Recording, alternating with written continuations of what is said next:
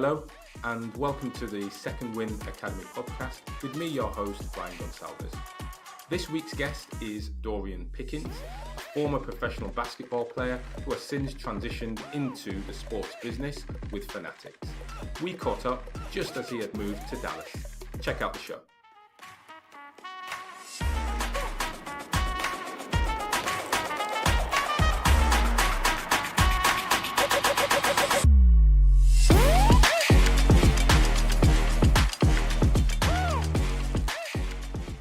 Dorian, welcome to the show.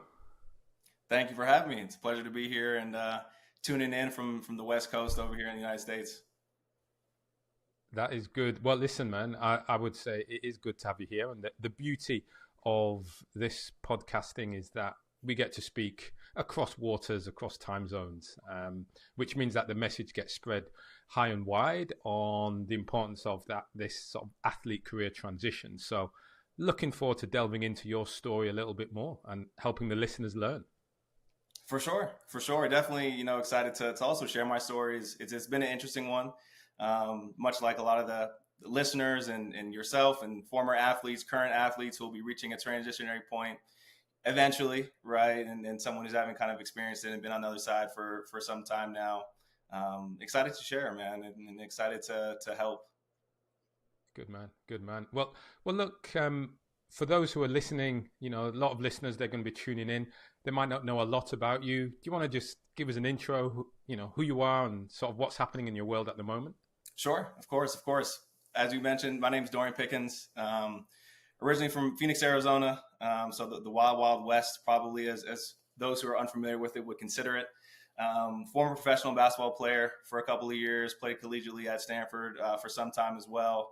Currently working kind of in the sports business world, doing kind of strategy, business operations globally for Fanatics. Prior to which was at Adidas for 2 years, working kind of primarily with Adidas basketball and then some of our partnerships and innovation teams over there, kind of the footwear, athlete, apparel space, fashion space, whatever you want to call it, sportswear industry. And then prior to which I was at Nike for about a year or so, doing some similar work. But still staying tied to sport, just from the, behind the scenes business perspective.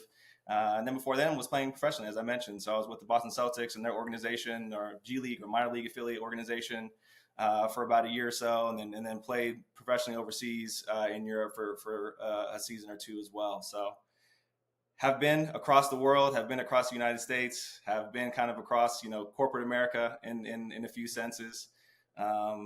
And that's brought me to here now. We're actually just, as we were chatting, moved to Dallas this week kind of for a new job with Fanatics that I recently took. So a lot of change is happening. Even when you stop playing, the change doesn't stop, right? And so, excited to enter that next chapter. Man, that's brilliant. That's a great overview as well. I've got to say, the amount of team transition, geographic transition, athletic transition, all of these different changes that have been going on in your world and still to this day are happening. This, that's absolutely amazing how well you've just been able to keep your head whilst doing this change. I mean, has it seemed immense to you as you go through it?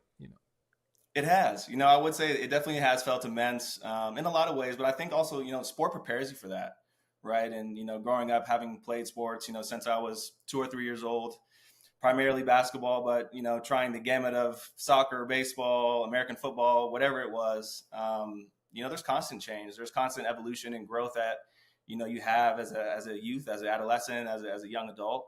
And so for me, it's been immense change in a lot of ways, but sport, I think, has prepared me, in some of the intangible ways of prioritization, being flexible in terms of where you're going to live, always kind of keeping track of what's most important in your life and why you do things and bringing it back to kind of purpose or intention that help you get through those times of immense change, right? Or times of discomfort, because they don't stop when you put the ball down, right? Like they continue. You got bills to pay. You'll hopefully, for myself speaking, we'll have a family, soon or at some point that adds another layer of complexity. And so it's all part of life. And so for me, the transitions have been great. They've been enjoyable, and who knows what the future holds as well.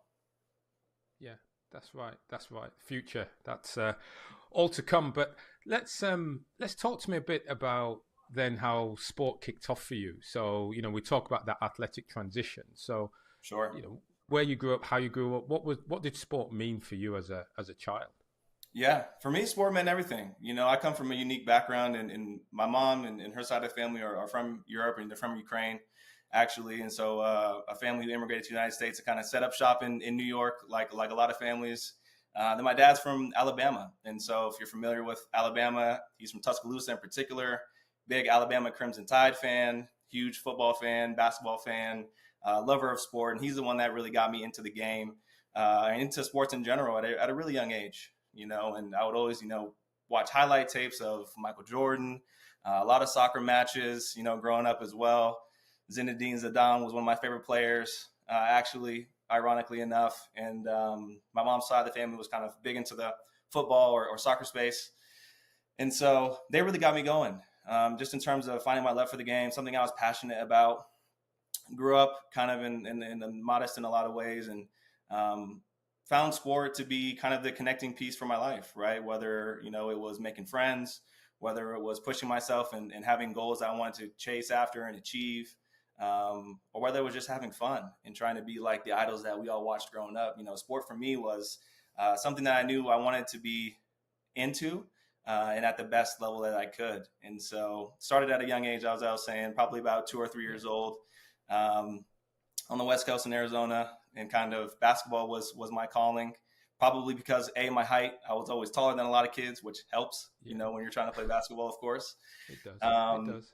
And then just for the excitement of the game, I loved it, especially growing up, in the late 90s or early 2000s, late Michael Jordan years, obviously Kobe Bryant, Shaquille O'Neal, being a huge LeBron fan. All of those things drew me to love sports and love basketball and be passionate. Well, and so what's interesting there is that family dynamic means you certainly watched, different sports as you were growing up. At what point did you realize you were good at basketball? When did that become that chosen sport, and you saw yourself, hey, there might be something that can come of this? I think it was probably as I was entering maybe 10, 11 years old. So kind of right before my adolescent years, I really zoned in on basketball as being, I think, what was best for me, not only because I loved the sport the most in comparison to the other sports I was playing or having fun with friends playing, and also because it was something that I was naturally good at in a lot of ways. And so obviously I was a bigger kid, and so that helped me develop a passion and kind of level up the ranks quite quickly. And it was something that I, loved to do and realized I can make, a career out of it. I could, play through college, provide for my family, do all of these things that I began to start seeing and realizing through talking to family, friends, coaches, my parents. And so that kind of led me to focus solely on basketball for, the next 10, 15 years of my life and dedicate everything I had to being the best athlete that I could, and also being the best person and student that I could as well. And just talking about that student piece, how did you manage to find this balance? Or in fact, what decisions did you have to make to be able to, follow that academic and that sporting sort of passion or pathway?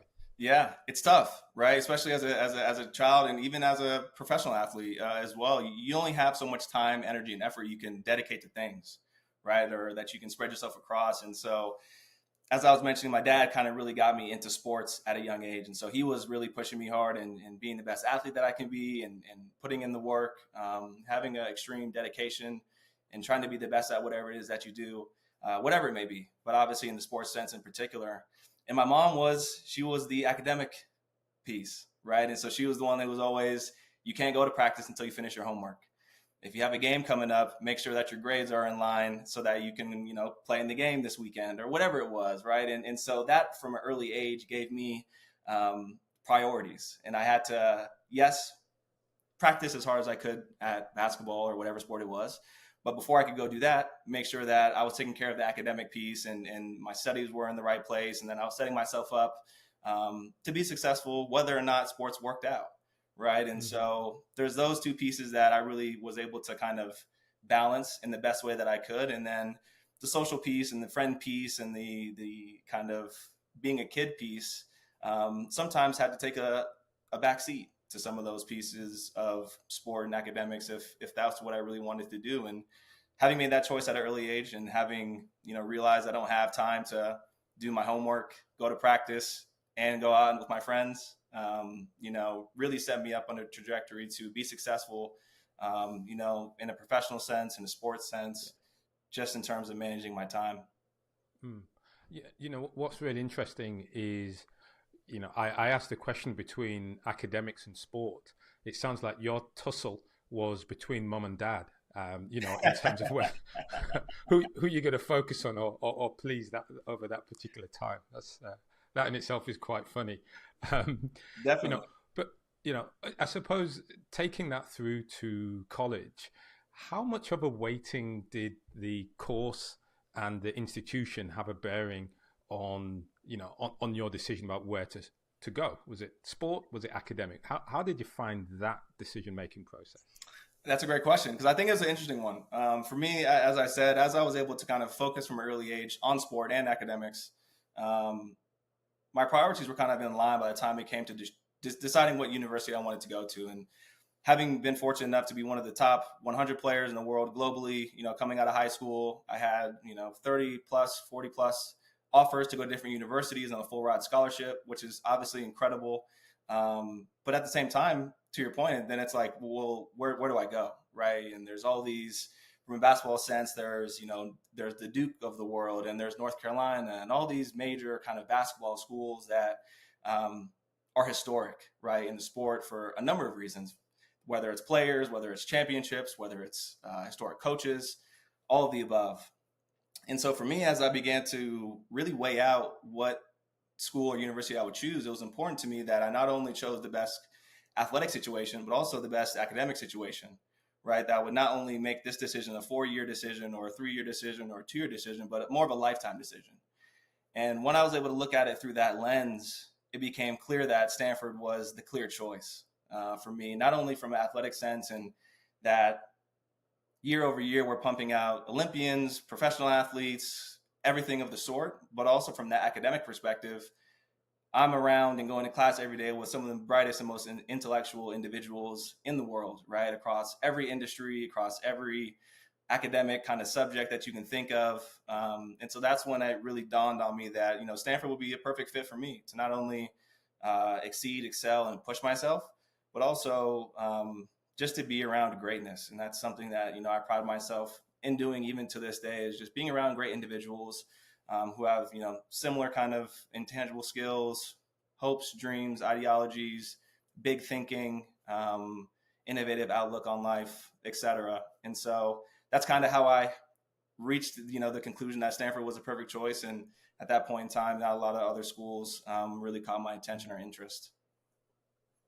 That's really good, really clear way of sort of certainly looking back or reflecting on how that decision was made. So thanks for sharing that.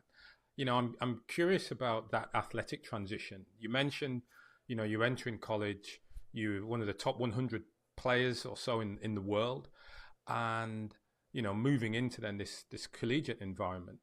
Now, during that time, there's a big shift athletically, focus, dreams, aspirations. So as you went into college, what were your hopes, dreams from an athletic perspective?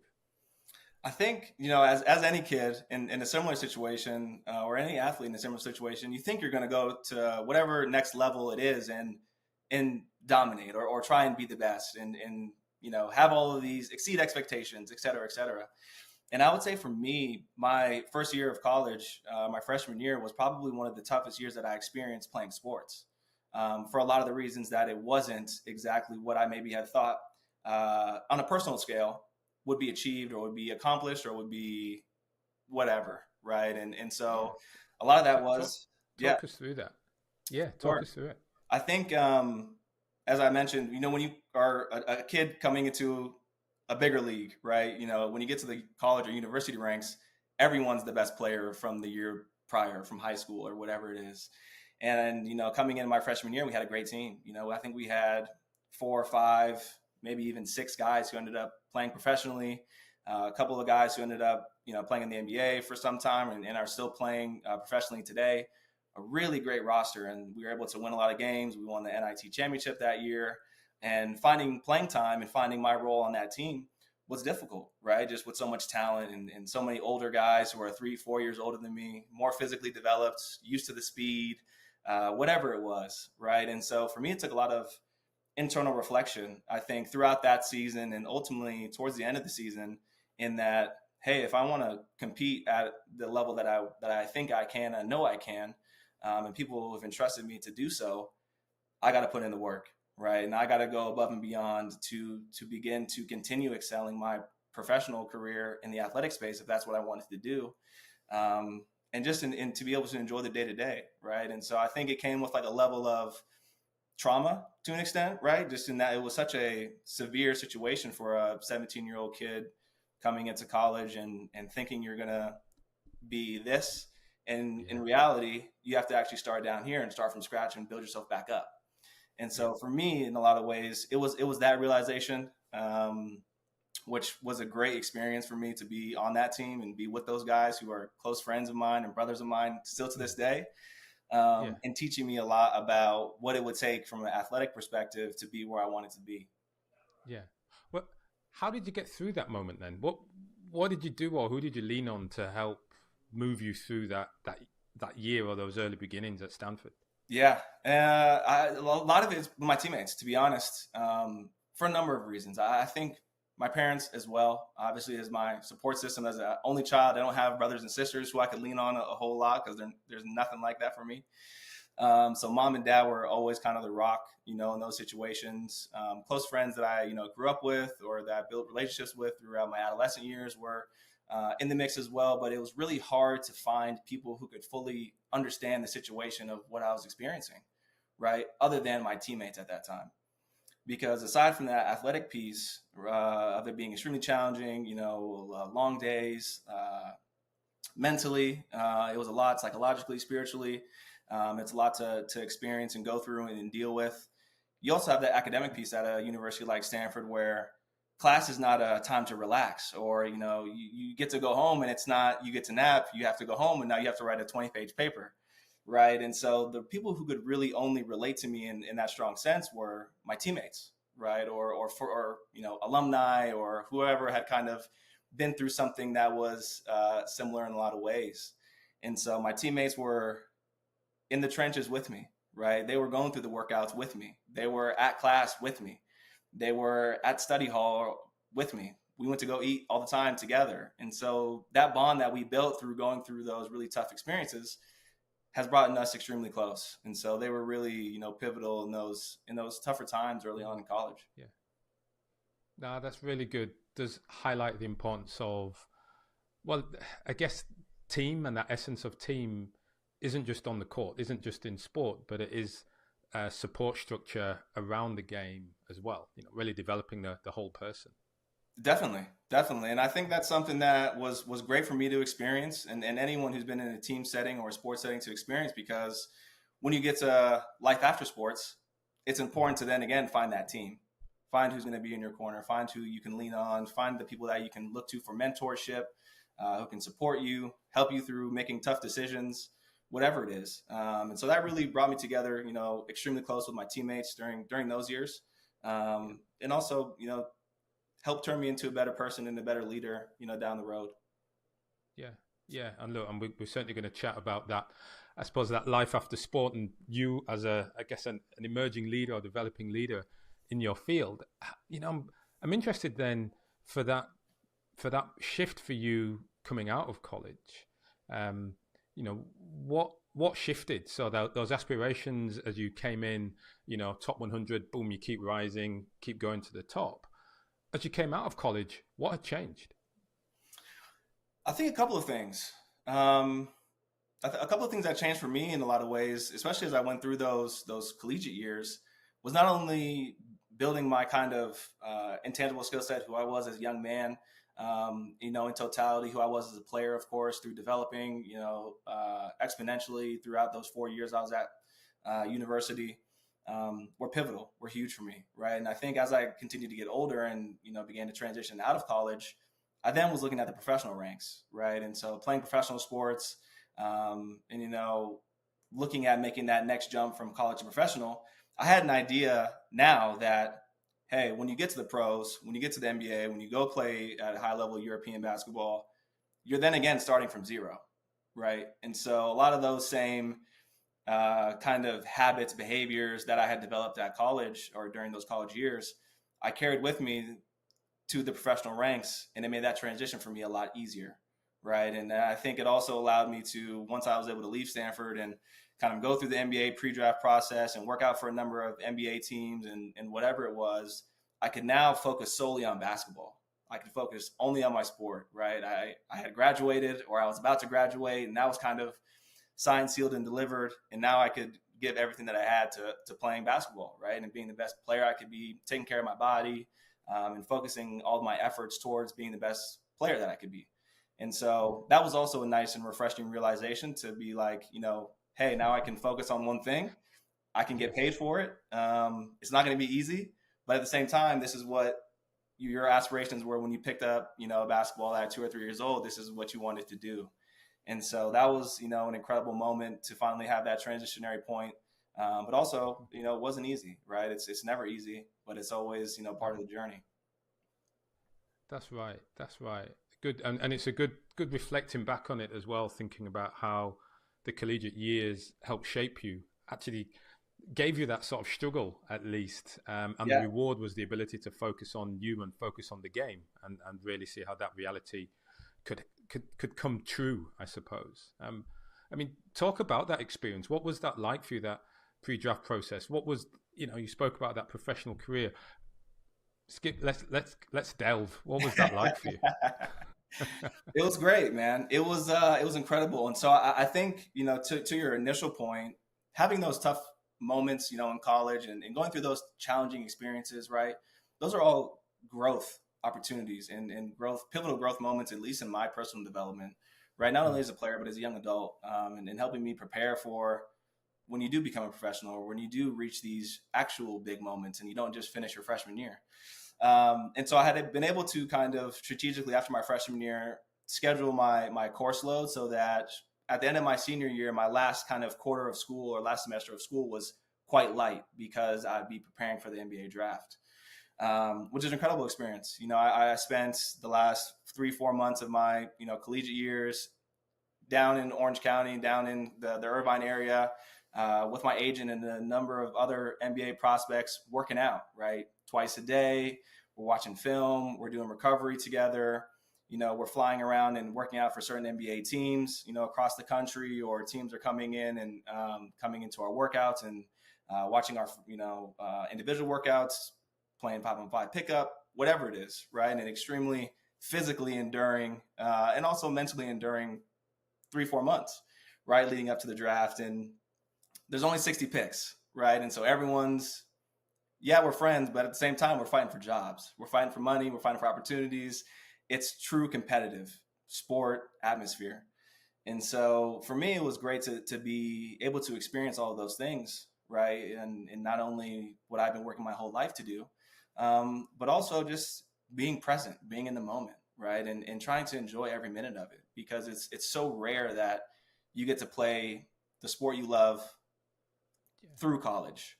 Playing beyond college is even more rare, right? And so that's a whole piece of the mix that you have to be grateful for, day in and day out, even when the times get tough. Yeah, and this is the bit that I find so fascinating through sport, but also the way your experience just there. You're traveling around the country, young men, competing, yet trying to work together, supporting one another, yet fighting for one of the very few spots.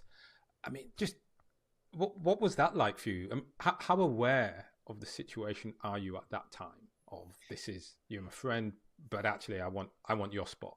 Right.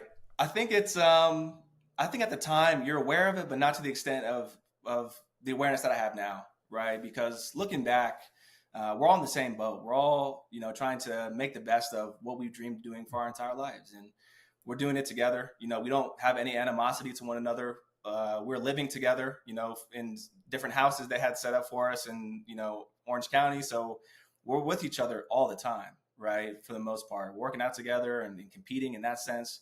which is great. And then when the lights are on and that teams are scouting you or you're at a workout, now everything's magnified, right? And so all of your behaviors and demeanors are magnified. Every inch of your body is tested for length, athleticism, speed, whatever it is, your workouts. Every metric is being tracked, how many shots you make, how many dribbles you take, whatever it is, right? And so it's a truly, truly competitive environment, right? And it's extremely serious. At that same time, I think being around each other day in and day out, we're able to separate the time when we can hang out and the time when it's go time, right? And it's much like being in a team environment. Even though we're not on the same team, these are my teammates for the next couple of months, right? We're practicing together. We're going to workouts together to some extent. We're fighting for playing time. In this instance, we're fighting for actual, money or opportunity or a spot on the team. And so I think looking back on that entire process, you're able to, be much more grateful and thankful for those moments. However, when you're in it day in and day out, it's kind of pedal to the metal. Yeah. Fascinating. It really is. I think just in we'll have to come back on and speak a lot more about this team dynamic, because I'm curious on how that shapes the way you work today, in some of like Fanatics, and, develop your sort of after sport view on teamwork, because it's very different. Or indeed, let's hold that. We're going to get to this soon. We'll get to that bit soon. I suppose I want to move through then for you what professional, what was your full-time sport? I mean, what came after this sort of pre-draft period, and how did you move through your sort of full-time professional career? Professional years, for sure. And so I guess throughout this time, actually, I'll take it back a little bit. The beginning portion of my senior year, I experienced an injury and I tore my plantar fascia on the bottom of my foot. Actually, I believe in like the second game of the season. Another moment of turmoil, of adversity that kind of came into play, especially as I was gearing up for my senior year. I was probably the best player that I had ever been by that point. Physically, talent-wise, mentally, cerebrally, I think I was in a great spot just to lead that team, to be successful. And second game into the season, I get hurt and I'm out for most of that season. So I'm out for about half the season, give or take.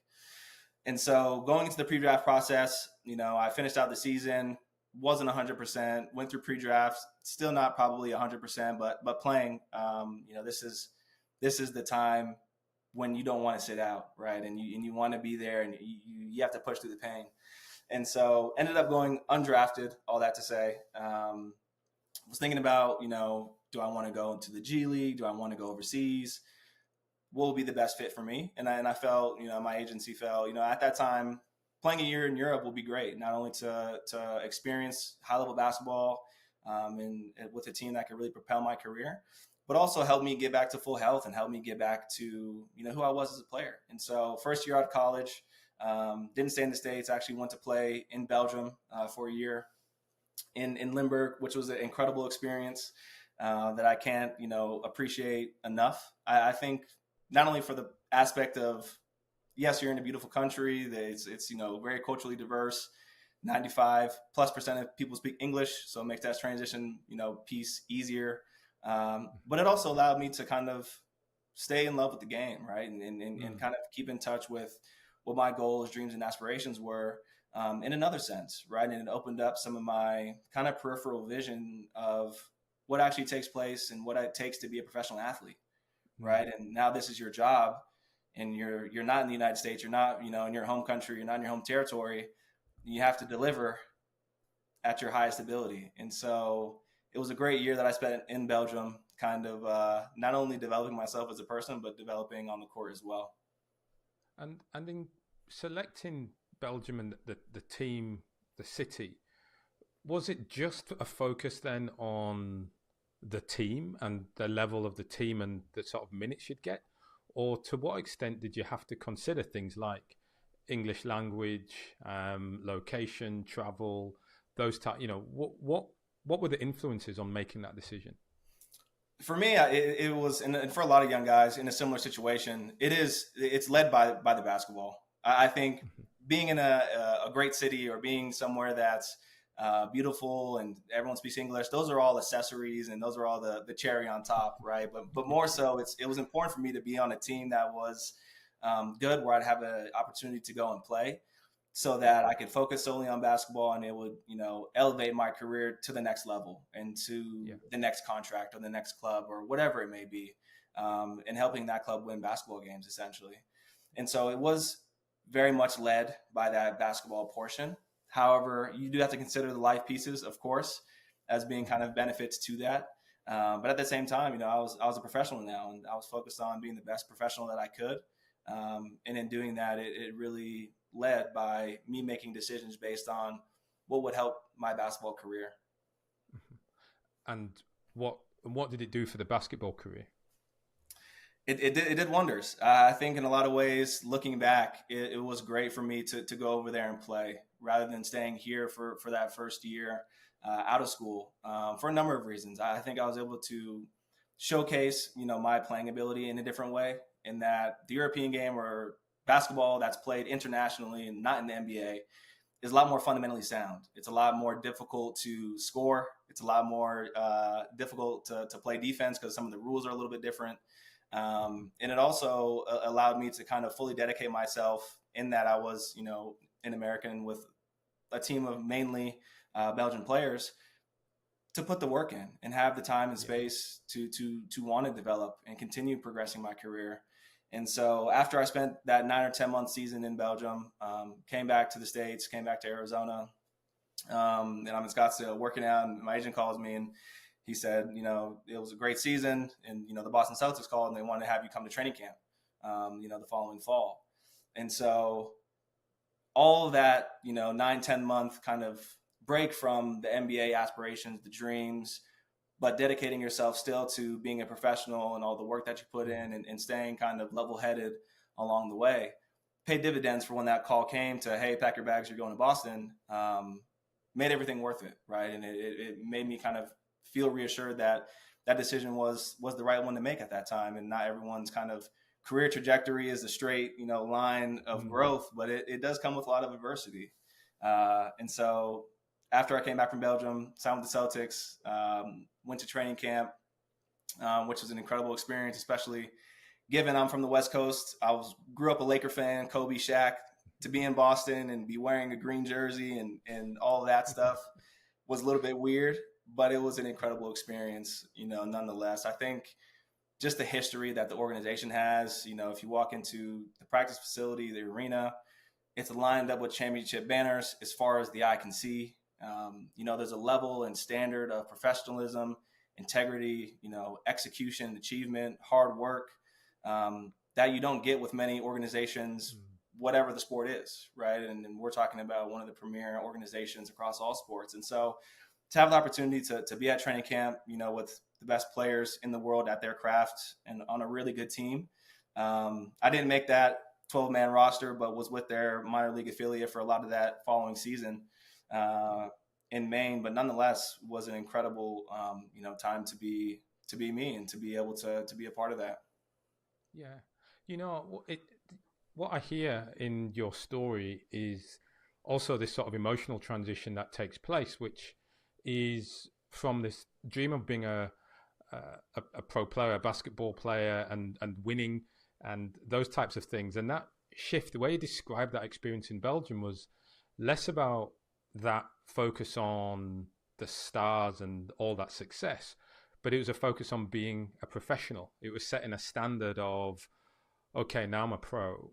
That means I'm working hard. That means I'm doing these things. There's a sort of a standard that needs to be set. And I hear that shift. Is that something you found as well? It was, hey, this is now, I'm working now and I got to do this first.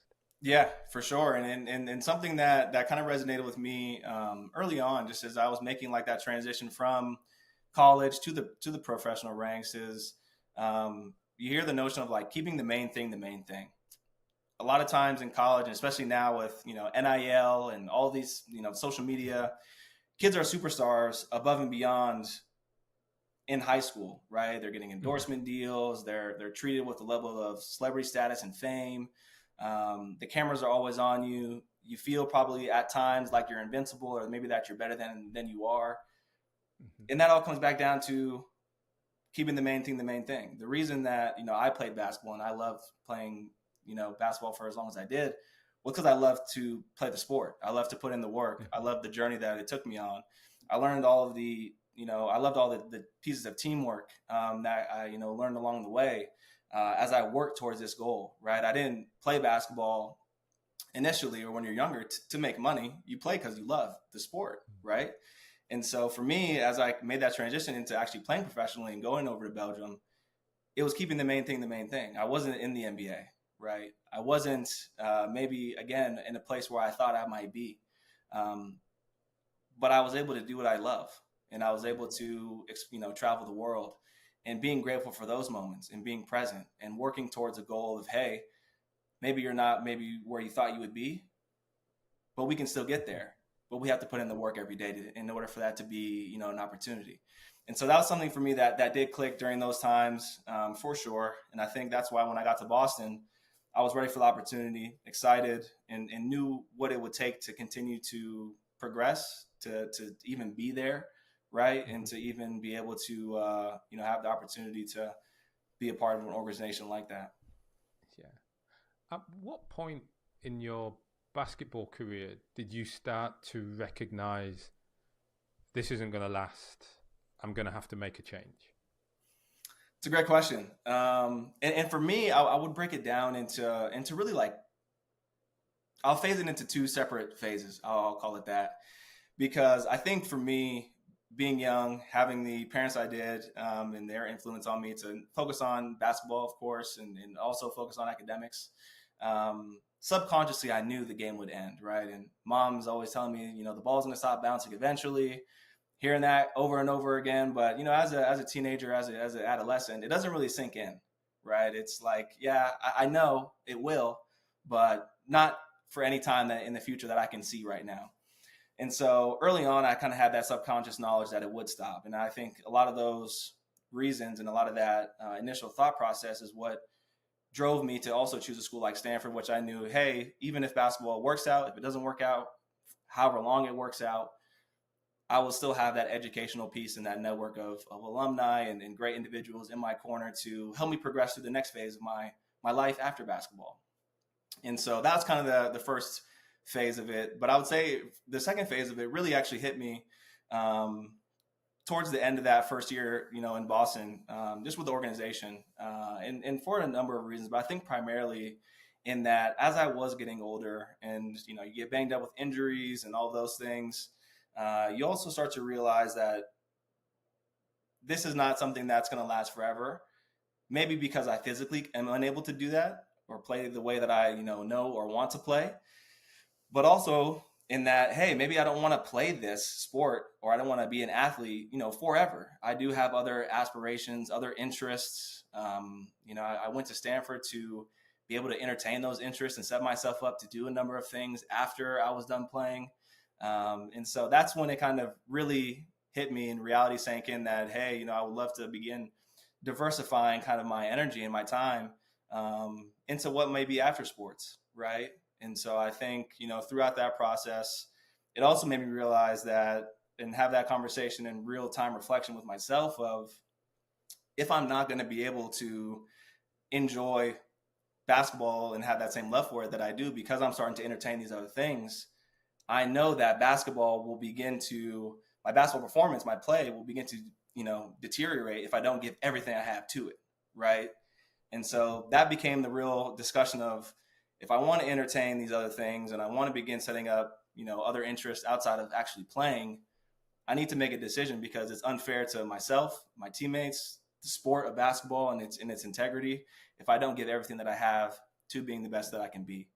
And so I would say those are the moments in my life when I really realized, hey, I'm not going to be playing forever, and maybe I should start looking towards what's next. And so what was the first thing you did to figure out what was next?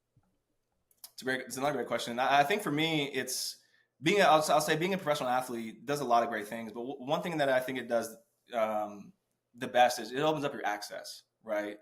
Access to opportunities, access to obviously financial success, access to whatever it is, right? And people, your network expands.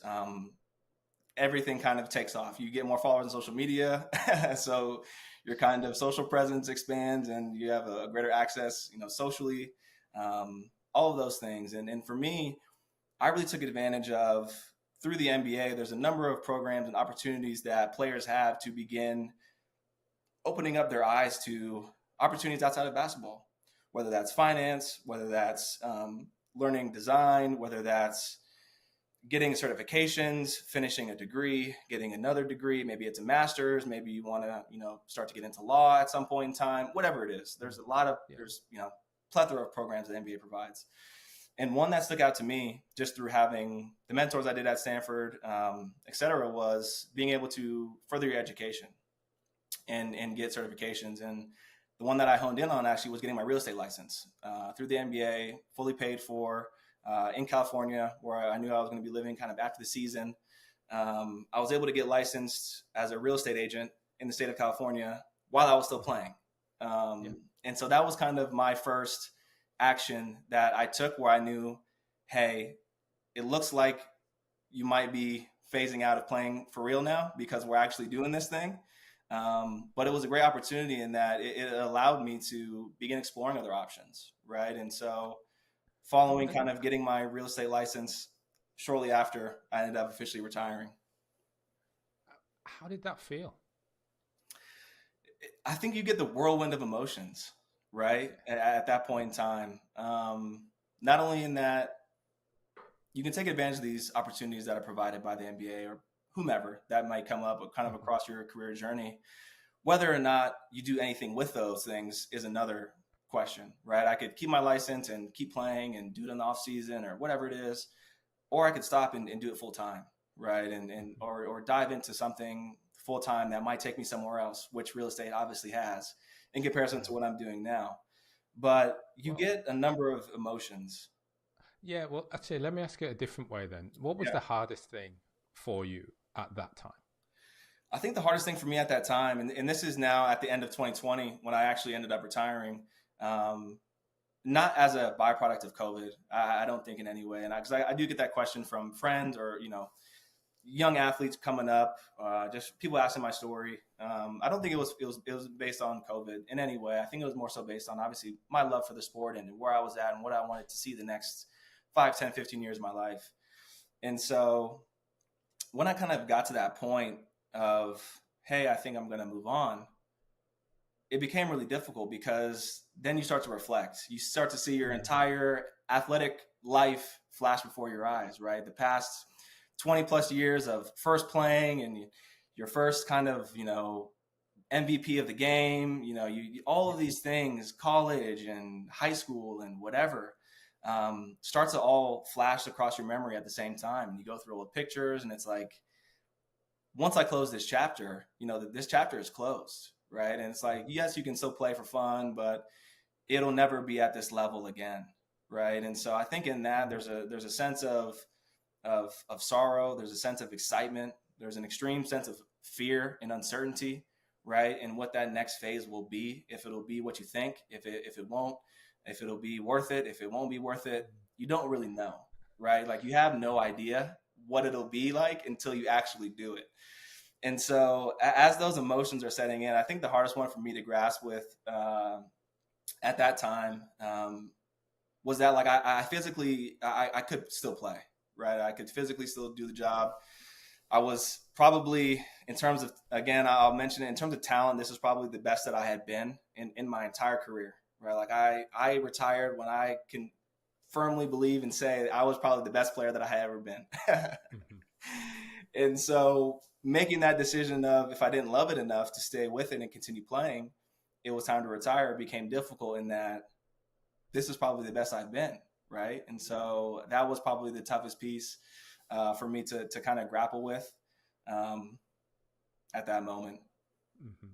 Yeah, and it is a difficult thing to come to, like you say, when physically you may feel, or you feel to be at your prime, like this is the time where I'm going to get picked up. This is the time when I move on. But to then have to bed down and make that decision to let it go. And it sounds like doing that with only this small or this one thing, to replace it, which is this real estate license, and say, okay, off we go down that route. So I'm interested then, what happened from a career perspective? Okay, basketball to the side, we're now raising this more traditional career path up. What were your expectations? That's a great question. And I think my expectations were extremely uncertain to an extent, right? And I think, my decision to stop playing, yes, it could have put me in a position to, of course, get picked up and who knows, accomplish who knows what, right? There's also a great opportunity and a great circumstance in which that also does not happen, right? And I stay in the G League, or I go back over to overseas and play for a number of years. Whereas this decision to kind of move into the space of real estate, at the time, I was also fully understanding of real estate might not be that thing that I end up doing. But I do know that if I'm able to dedicate myself, again, more full-time to a professional career, I have a great mentorship base, a great network of alumni, colleagues that I had met across the NBA, individuals in my support system that I knew I could lean on to help me get to wherever it was that I wanted to get to. And so I love that alumni, you're really finding that team beyond the team who are able to support you. How do you think that alumni, that structure helped? What would you say was one of the key moments or decision points that it's helped you? I think, and it's funny, I was actually on I talked to our alumni, or now my good friends and colleagues, and I talked to them throughout the weeks. I talked to them last week on 2 calls, because they've been pivotal, I think, in not only my athletic development, but my professional development as well, in that the alumni that come from Stanford University are so high achieving, right? And regardless of what industry that they're in, and they're across almost all of them, right? And a lot of leaders in the space, from, tech to finance, real estate, design, the sciences, medicine, law, whatever you kind of are interested in. There's alumni from Stanford University in that space, likely at a high level. And so I had a lot of trust and belief in that group of individuals who are kind of my immediate, now professional adult team, that I knew were proven, that I knew, were successful, had been through similar experiences that I had been through, and also could help guide me and show me the ropes in whatever it was that I wanted to do. And so that gave me a large sense of trust, faith, and belief, not only in what the future could be, but also in myself and what I could accomplish, seeing people who had been in my shoes before accomplishing great things. Yeah. And that's so important, that ability. And it's why we're having this call, is to hear that story, to hear the stories, and for others to learn from, take 1 or 2 lessons from your story is so important. And, it's great to hear that you have that alumni, that support, where you can hear what others are doing, how they're achieving and moving forward, and perhaps take 1 or 2 lessons to help you. And so let's think about where you are today, right? So today you're working for, you're in the sporting world again. Yeah. I'm interested then on, is that something that was important to you, to get this tangible feel that you're still inside sports and growing that way? Or was it just, hey, this is a job, move forward?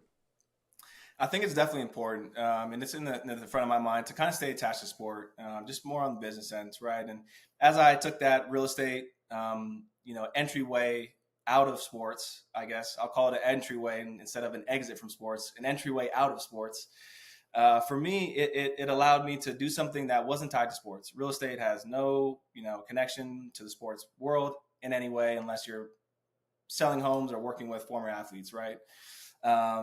However, throughout that phase, it allowed me to realize that I actually wanted to get back into the sports world, right? I didn't have the interest, the passion, the love for that industry that I knew I would have with the sports world, right? And so I think through leaving and retiring at the time I did, it also gave me time to explore certain areas that I was interested in. And real estate was one.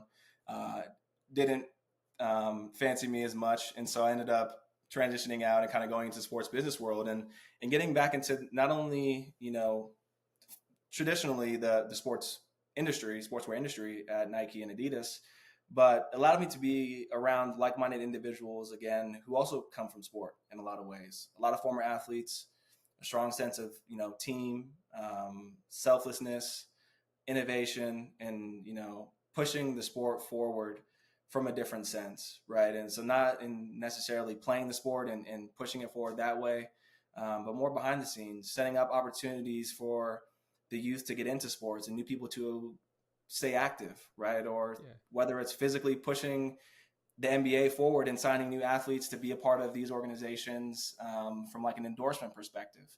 And so getting back into the sports industry for me was great to see in a lot of ways, and that it had a sense of feeling home again, right? And somewhere that I knew I could excel from not only a business perspective, but also from having been in shoes of the people kind of on the other side of the transaction or business wall, that I knew I could have a large impact within. And so that's what the sports industry has kind of been like for me, at least, and what kind of drew me back, was that passion and, that real kind of aspect of sport, in the business world. Yeah. So do you think the time away helped? Did absence make the heart grow fonder? It did. I would say for sure. And I think that's something that's unique for my story and a lot of athlete stories as well, is that when you decide to retire, or if it's expected or if it's unexpected, it's okay if you don't have the rest of your life planned out, right? It's okay if you don't know what you want to do next. Mm-hmm. There's nothing wrong with saying, I'm unsure of what the next chapter holds, or what I might want to do, or what I love to do, or what'll make me the most money, where I want to live. All of these questions, all these uncertainties that are there is completely normal, right? And it's so, I think, in today's day and age, normalized for it to appear as though everyone has it all figured out, right? And you retire from the NBA and you do broadcasting, or you start a business and you do all these things. And it's like, that's what you see, but you didn't see the 5-10 years before when people were figuring it out, right? Well, that's right. And so many are then going to have this thought of, okay, I want to now get back into the sport industry. How did you do that? How did you go about doing that? It's a great question. And I'm not a fan of this phrase, but I think it's true in a lot of ways, is that your network is your net worth. And so for me, when I was deciding that I wanted to leave the real estate industry and go back into sport, I leaned on some of the individuals I had met through the NBA, knowing the NBA's partnership with Nike and all sports brands, as well as a number of former athletes and alumni that I had from Stanford or other universities or other sports, who now worked at these brands, who now worked at Nike, who now worked at Adidas, and reached out to them and said, let's connect. We'd love to chat. It's been a while, whatever. I'm looking to transition my career, whatever it may be, we'd love to chat, right? Just as an initial kind of conversation starter. And I won't remiss that also takes a lot of courage, right? And I think a lot of times former athletes are fearful of putting their pride aside and letting their, ego take a back seat, and having the courage to say, hey, I need help, or, hey, I would like a phone call, or, hey, I'm looking to transition my career because I'm not happy where I'm at now. Which is an extremely difficult thing to say, in that for the entirety of your athletic career and life, you had it all, right? You had the trainers, you had everything figured out. I'm going to have a good race. I'm going to have a good game. I'm going to do this. And now when you don't, you have to ask for help at times, right? And so for me, it's paid dividends. And I love connecting with individuals as, people who are mentors to me and passing it forward, because I've been in the shoes of having to make those uncomfortable phone calls, early on, or having to send an email, having to shoot a random LinkedIn message to someone I wanted to get connected with, that I had no idea if they would reply, if they would, whatever, be interested to even connect and taking that first step. And it's paid dividends, because for, maybe the 10, people that don't reply back, you might get 5 or 6 that do, or even 1. Yeah. And that's all it takes to kind of knock the dominoes over for you to go into that next phase. That is the courage, and that's the courage that is needed. And I think you've hit on it there. For many athletes, certainly used to being at the top of the game and the best, and in fact, having people come to them, it Right. takes a lot of courage to flip that around and send out those messages to 10 people to get one back. To have a conversation, just to have a conversation. So I think definitely kudos for finding the courage to do that and following through. So your role today, what is it? Talk to me about that, because for many it's like, well, what does that mean? Right? Yeah. Definitely. And so my current role now with Fanatics and kind of the Michael Rubin empire is a strategy and business operations role, in that really looking at how can we continue to expand the organization from like a business perspective in every way possible. And a lot of that work is through maybe international expansion, through its mergers and acquisitions. There's a tech component to it as well. It's extremely complex in a lot of ways. And I think the best way to describe it is it's a true sports business role, right? It's truly looking at how can we take a business and build it up to be something bigger than it's ever been before. And I think that's, for me, extremely unique, in that my time with Adidas and my time with Nike were more so focused on building up sport more through a sport lens and less through a business lens. Yes, they were kind of these strategy roles or business operations roles, but they more so did it through product or marketing or athlete acquisition and signings or whatever it may have been. And now my current role in Fanatics, it's exciting to be in a position where every day could be something new in terms of the work that I'm working on, that my team and I are kind of putting together in order to really grow and develop the business in every way possible, and continue that fandom for sport and pass that on to the next generation, which is really what Fanatics is all about. Yeah. I mean, that is interesting, and like you say, Fanatics is is that, like you say, true business of sport. And I'm interested then, for you as a pro athlete, collegiate athlete, pro athlete, what did you have to bring with you? What do you think supports you in excelling in your current role? It's a great question. And I think it's a number of things. I think obviously there's a huge connection in terms of the lessons and some of the intangible things that I learned through sport, right?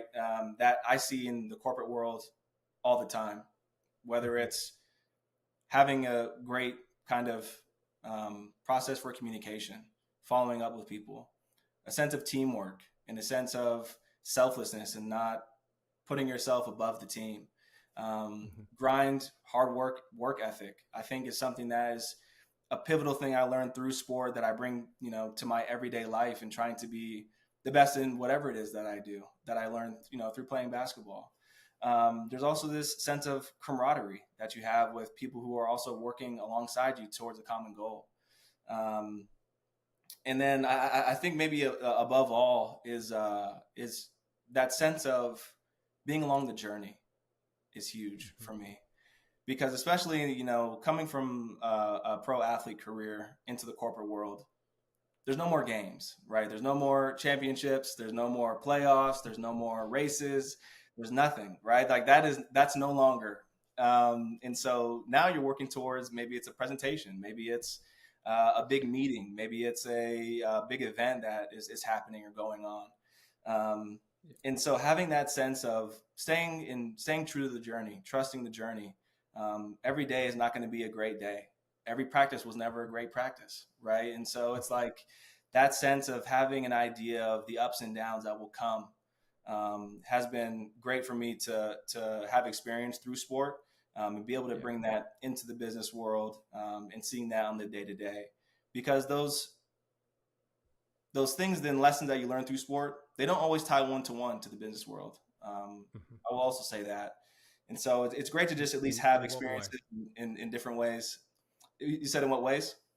Yeah, in what way? I think it's not as readily realized all the time, I would say, in that you might not understand the sense of teamwork that you learned in sport translating one-to-one to the business world. It's a very different environment. It's a very intense environment. It's a stressful environment. everyone is looking to be the best that they can. There's a lot of egos involved. It's all of these things, right? Not everyone comes from playing sports and has seen what the true essence of teamwork in a sports sense can do for a team's success in the long run, right? And so not everyone has that same perspective. And so trying to translate that sometimes to the corporate space or to the business world is not always easy, right? And it's not always readily noticed. And trying to have to explain that at times or find out how you can best make the team work, maybe based on your sport experience, can be difficult at times as well, right? And so it all provides this sense of learning. It's learning teamwork, but in a new way. It's learning communication, but maybe in a different way than you've been used to in sports.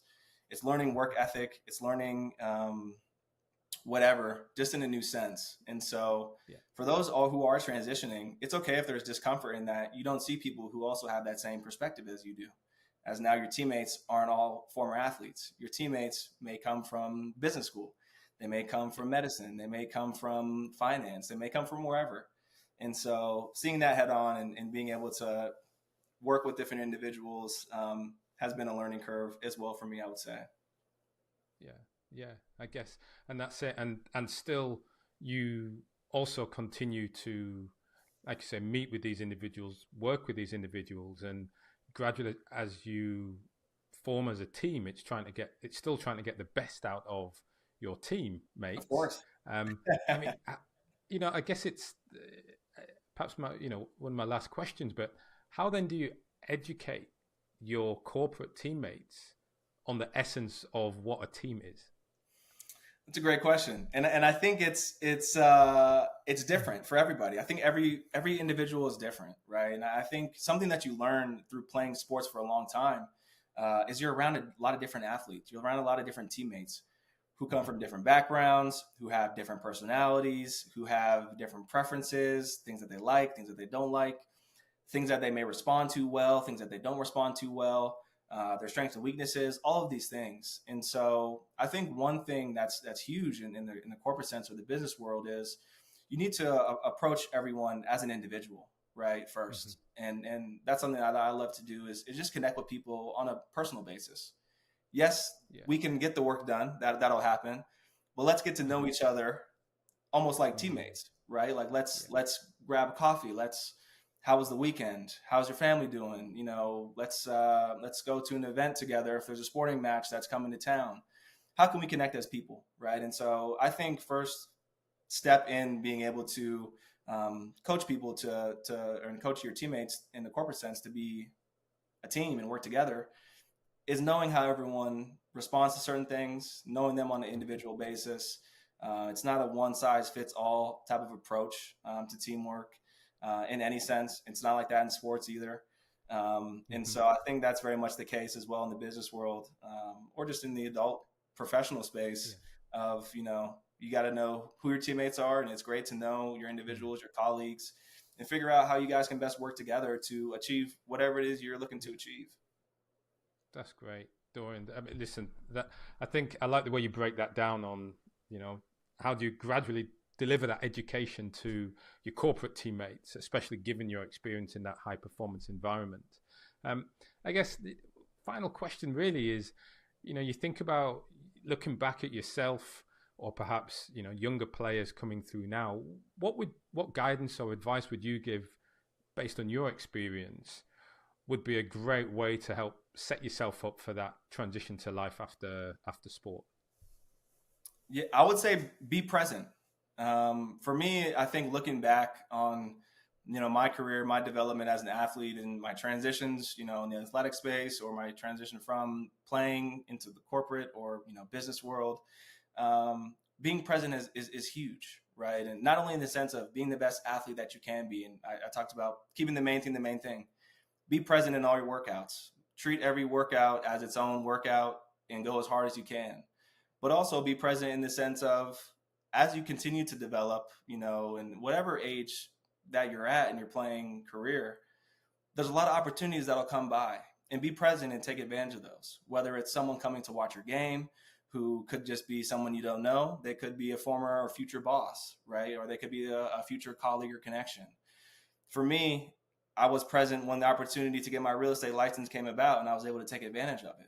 Right. And there's been opportunities that I've missed because I wasn't present and I was focused on, hey, I had a really long day. I would love to just get some dinner and lay down and rest. Right. And so being present, I think, is huge. Treating every day as an opportunity, to grow, treating any, failures or anything that may have not gone as planned as opportunity to continue to grow or learn and develop, and being present throughout the journey. Enjoy it. Enjoy the good days. Enjoy the bad days, because there will be both, right? And it's not going to change when you stop playing sports. And so having that peace of mind, that gratitude, and that self of, or that aspect of presence is huge. Listen, Dorian, thanks very much. That's another good insight. Listen, people listening to this are going to want to get in touch or at least follow your story. What is the best place? Where's the best place to find you and follow your journey? Yeah, that's a great one. I'm actually going to be speaking. I'll give you before I give you my handles. I'll be speaking at the Black Student Athlete Summit at USC.